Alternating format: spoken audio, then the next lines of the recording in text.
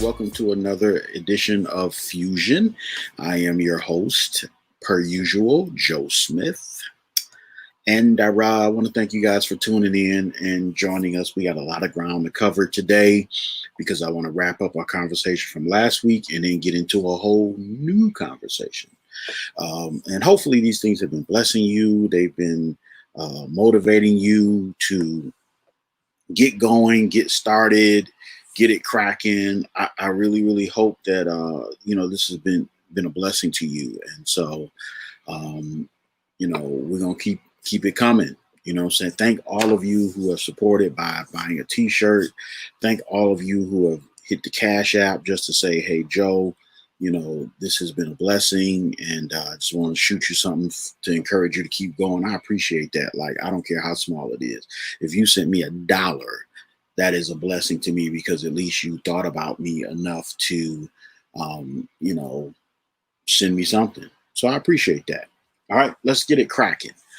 So last week we talked about the victim mentality. And we talked about how destructive it is. We talked about how it can hinder you from success. We broke down the reasons why, like what the causes are to the victim mentality. And so I'm just going to do a quick recap and then move forward into how we can overcome the victim mentality. Then we're going to move into our conversation about procrastination. So last week we talked about how the victim mentality is so ingrained in our society today and how we just, wallow in being victims, and we talked about why. We talked about the benefits of the victim mentality. Okay. And so you say, what do you mean benefits to victim mentality? Well, there are benefits to victim mentality. That's why people, so willingly buy into it and so willingly subscribe to it, because there are benefits to it. The first benefit of the victim mentality is attention and validation. Some people love attention. I remember I used to go to school with somebody. It was a girl. She just always had some drama because she was addicted to people patting her on the back and rubbing her back and saying, oh, it's going to be okay. She always had some type of calamity. She always had some type of drama. It was always something. And what happened eventually is it got to a point to where people got tired of it. They didn't even take her seriously because, it's like you crying wolf so much. You always got an emergency. You always got a problem. You always got something wrong. How many of y'all know people like that? Even right now today? Just needy, just always something wrong. Well, that's because some people get validation from that attention and from people rubbing them on the back and saying, oh, baby, you always going to be okay. So that thing of being babied and feeling good because other people are concerned about you, that's a victim mentality. Okay. But like I said, eventually people get tired of that. So, you can play that out. You can have one crisis too many, even if you're not trying to be a victim or have the victim mentality. You can have one crisis too many and people be like, all right, it's enough out of you. Okay. So there's attention and validation. The other benefit is that you don't have to take risk. My business coach said to me one day, we were talking about, our people, and we were just talking about how, some people are just addicted to rehearsing the problem. Like they're addicted to running down all the reasons why we can't do something, running down all of the systemic and structural hindrances that stop us from moving forward, even though there are tons and tons of us who have overcame those barriers and went on to be successful and do it every day. You know what I'm saying? But to abandon course on playing the victim means now you got to get up and do something. It was all cool when you could just sit around and talk about why you couldn't do it. But once you abandon that thinking, now you got to show and prove. And a lot of people are just not ready to show and prove. Show and proving it takes responsibility, and it means that you got to take risk. It means that you have to chance that you might fail. It means that as long as you're sitting on the sidelines, not in the game, and somebody be like, man, why you, but you sitting on the sideline talking stuff about how good of a player you are. And somebody be like, well, why are you not in the game, bro? Oh, man, I hurt my leg when I was 15. I can't stick and move like I used to stick and move. You want to blame when really you just scared. You really scared. And so fear can definitely translate into procrastination. We're going to talk about that in a minute. But as long as you play the victim, you don't have to take risk. Okay, you don't have to take action. You can sit by and relax and chill and have a good reason for doing that, because I'm the victim. I'm the victim of this circumstance, that circumstance, my parents, my upbringing, my socioeconomic condition, my class, whatever the case may be. As long as you play the victim, you don't have to take risks. Okay, the third reason, or the third benefit of victim thinking, is you don't have to take responsibility. Responsibility is heavy. It's hard. I talked last week about how raw and brutal and vicious the mirror is. The mirror don't lie to you. It don't stroke your feelings. It don't stroke your ego. It doesn't stroke your need for attention. It doesn't stroke your need to be a victim. It don't do none of that. It just shows you what's there. You got eye boogers, the mirror is going to show you. Your hair is out of place, the mirror is going to show you. Your skin's blotchy, the mirror is going to show you. Your clothes are wrinkled, the mirror is going to show you. That outfit that you put together don't work, or you don't look good in that blouse or that shirt or that hat, the mirror is going to show you. It's very amoral. It's not for you or against you. It's just there. And if you can't handle what's in that mirror, then the next best thing is to stay out of it. But without confronting those brutal truths and realities, you can't make change for the better. So taking responsibility is hard. I talked last week. I said, as I said last week, think about the conversations you don't have to have when you don't take responsibility. Think about how you don't have to admit that you're wrong. Think about how you don't have to apologize. Think about how you don't have to humble yourself. Think about how you don't have to course correct, when you don't take responsibility. Responsibility requires maturity to take, and some people just don't got it. I know that's bad English, but I just want to say it that way. They just don't got it. They don't got it. But you gotta have it, if you're going to be successful. And the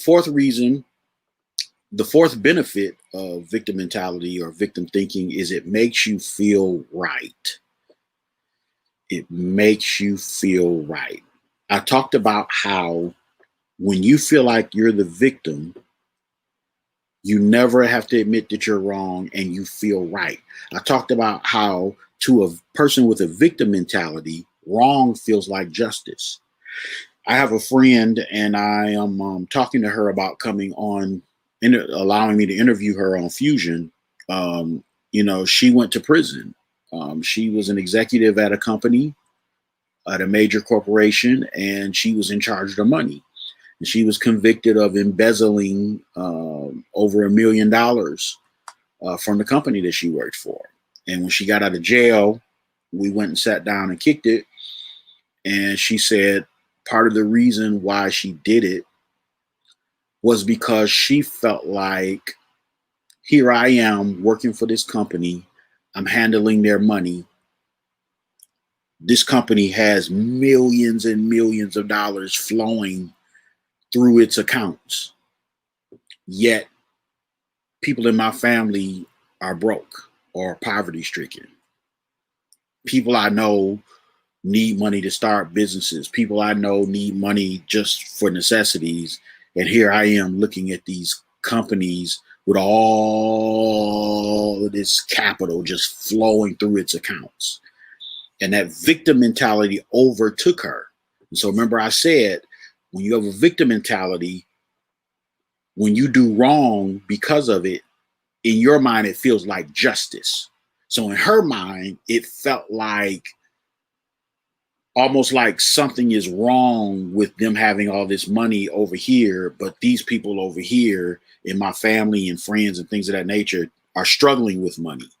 So even though she was stealing money from the company, it was almost like victim mentality reversed her thinking and made her feel like the company were wrong, the companies were wrong, and that she was right. You know, the Robin Hood mentality. You know, I steal from the rich and give to the poor. And somehow we feel like that's right. No, that's not right. Especially when the rich, you know, if the rich got their money fair and square, how dare you steal from them or feel like it's okay to steal from them because they have more? Because here's the bottom line. What's good for the goose is good for the gander. Everybody got more than somebody. So is it okay for a homeless person to steal your car because you have a car and they don't? Uh, or is it okay for a homeless person to break in your house and steal the things out of your house because you have a house with things in it and they don't? You know what I'm saying? So you got to be careful when you subscribe to those types of twisted logics and justifications for doing wrong, because, you know, it could apply to you as well. You know, you looking at rich people and saying, well, because they have all of this stuff, it's okay for the people who don't have as much to take from them because they got it. Well, you have more than somebody. So that can apply to you too. You know what I'm saying? And the bottom line is, I've had my house broken into and had my stuff stolen. Uh, I was livid. I was furious. How dare you come in my house and take what I worked hard for? You see what I'm saying? So, but that victim mentality that they had in their mind makes them feel like they're not doing nothing. You shouldn't have more than me. So since you got more than me, I'm gonna take yours. You know, or like I heard one street guy say it, you say it this way, you know, why work for it and make it when I could steal it and take it? That's, you know what I'm saying? So that victim mentality makes you feel like you're right even when you're wrong. So the 4 benefits of victim mentality: attention and validation, not having to take risks, not having to take responsibility, and it makes you feel right. So now the way that you overcome victim mentality is, number 1, by being aware of those 4 things we just talked about and rejecting them, thinking about the opposite of them. Okay. Being aware of them is a great start, and it puts you on the path to changing. If you're aware of those things, then you can change them. You have to be okay with not being the victim. You have to be willing to abandon that cushy, cozy, comfy feeling, that warm blanket of it's not my fault, it's everybody else's fault. You got to take responsibility and throw that off your shoulders and out of your mind. Stop hyper focusing on who did you wrong. Stop hyper focusing on how wrong everybody do you all the time. Stop hyper focusing on that, because the more you rehearse that, the more you embed it into your subconscious mind, and the more your subconscious mind feeds you on it. Okay. Stop thinking about how you can get people back. Stop thinking how you can pay people back. Stop thinking how you can go, you know, they did this to me, they did that to me, so now I'm about to go apply pressure. You know, that's all victim mentality. Stop thinking you got to retaliate. You know what I'm saying? Fill your life and your mind with new thinking. It may be uncomfortable. No, ain't no maybe. It will be uncomfortable at first, because the victim mentality, you're used to it. So you got to, over time, change how you think about things. You know, it was really, you know, heartbreaking to me the way our society responded when Botham Jean, the guy in Texas who was killed by the police officer who claimed to mistakenly have gone into the wrong apartment, and everybody was so mad at the brother because he went and hugged her and said, "I forgive you." Black community was on fire. Even Christians, who our whole faith is built on the idea of forgiveness. The scripture literally says, if you don't forgive one another, then God ain't gonna forgive you. In order to qualify for his forgiveness in your life for your mess, you have to forgive people who do you wrong. I mean, the Bible recites this theme: pray for those who despitefully use you and do good to them. Pray for those that harm you and do good to those who spitefully use you. Like, that's our whole faith. And Christians were angry because this man said, "I forgive you," and gave her a hug. Because that victim mentality fuels that rage and that anger. And remember, I said this last week, and I should have started this off with this. Victim mentality, or getting rid of the victim mentality, doesn't mean that you're not a victim of something or someone. That's not what we're debating. We're not debating whether or not you actually are a victim of something or someone. We know that you are. We know that we all have been victims of other people at some point in time. But what I'm saying is that just because you have been a victim does not mean you have to live and dwell in the victim mentality. Okay? Take responsibility for your life. Take responsibility for your life. It's so empowering when you say, remember I showed that video where Will Smith was talking about how it may not be your fault, but it is your responsibility. Your life is your responsibility. And it doesn't matter who came along and screwed it up, or who came along and did you dirty, or who came along and took advantage of you, or who came along and gave you a setback. It's still your life. You know what I'm saying?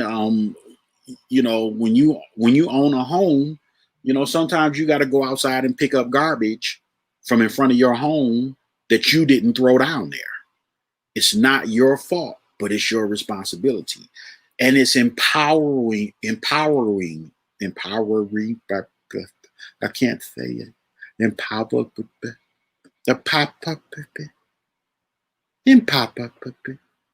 I couldn't get it out. It is so empowering. That was good, right? Right? Huh? You see how slow I had to say it, though. Empowering. I couldn't get it out. Empowering is very empowering.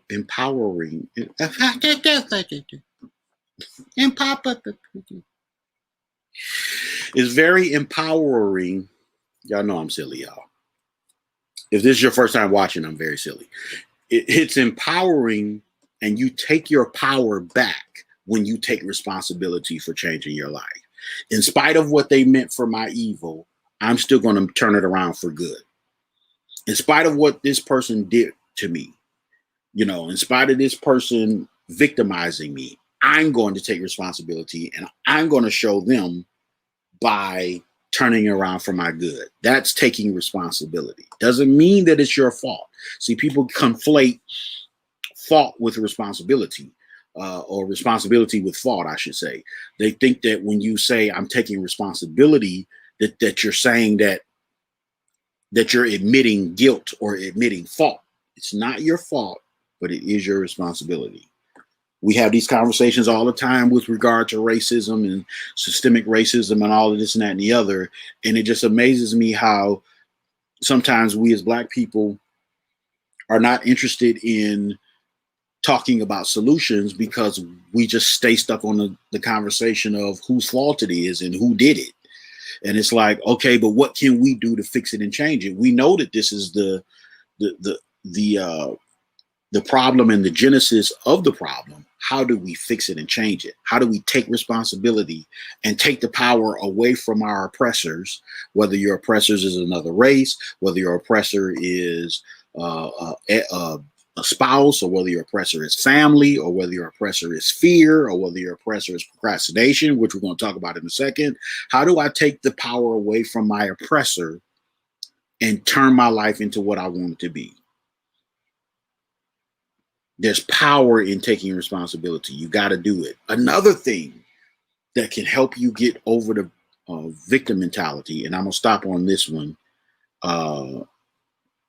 is gratitude. No, I'm going to stop on the next one. Gratitude. When you stop focusing on poor me and focus on it's people that's got it worse than me. It's people that, I had COVID. I was in the hospital on the ventilator. I almost died. Doctor said if it wasn't for the ventilator, I'd have been up out of here. Thank God that the Holy Spirit dropped it in my spirit to tell the doctors, just go ahead and put me on the ventilator, because they were waiting.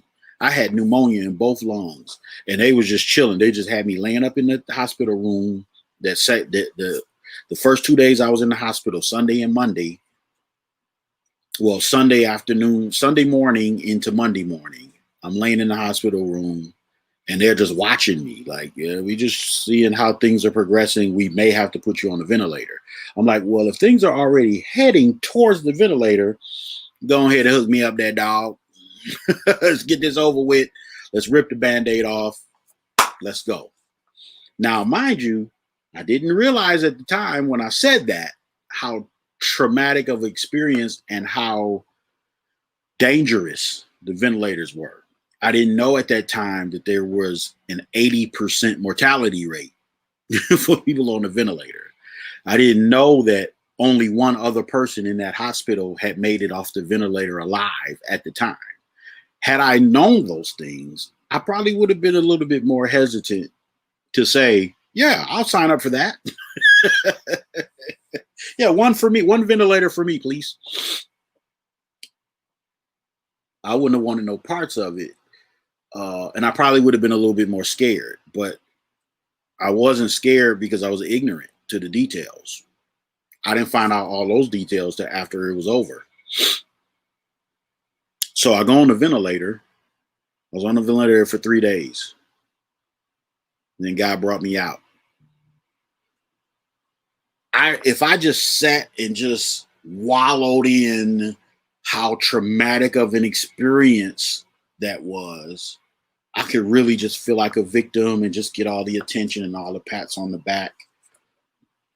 But when I hear about people who were on the ventilator for months, when I hear about people who went on a ventilator before I even got sick, and when I got out the hospital and was at home recovering, they were still on the ventilator. It makes me grateful and thankful. Now, it doesn't lessen or trivialize what I went through. And even now, I have some little teeny tiny, residual effects that I can still feel even months later. But one guy I know, he was a police officer.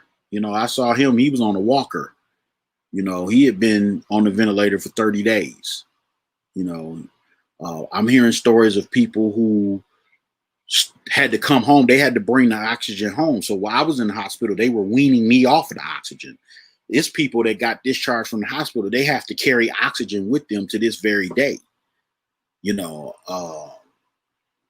So when I hear about people that had it worse than me, it doesn't lessen my story, but it makes me thankful. Because it was this, and yes, this was bad, but it could have been this. Wow. Gratitude is powerful. If you want to stop feeling like a victim, just focus on people that's got it worse than you. So yeah, this is not a good situation, but at least it's not this. Gratitude is powerful. It'll change your perspective. It'll get you from being so self-centered. And I really just meant to do a recap on on victim mentality, but I'm almost done though. We're gonna go to procrastination because I know some of y'all want to know, how do I get rid of this procrastination? It'll change your perspective. Gratitude will change your perspective.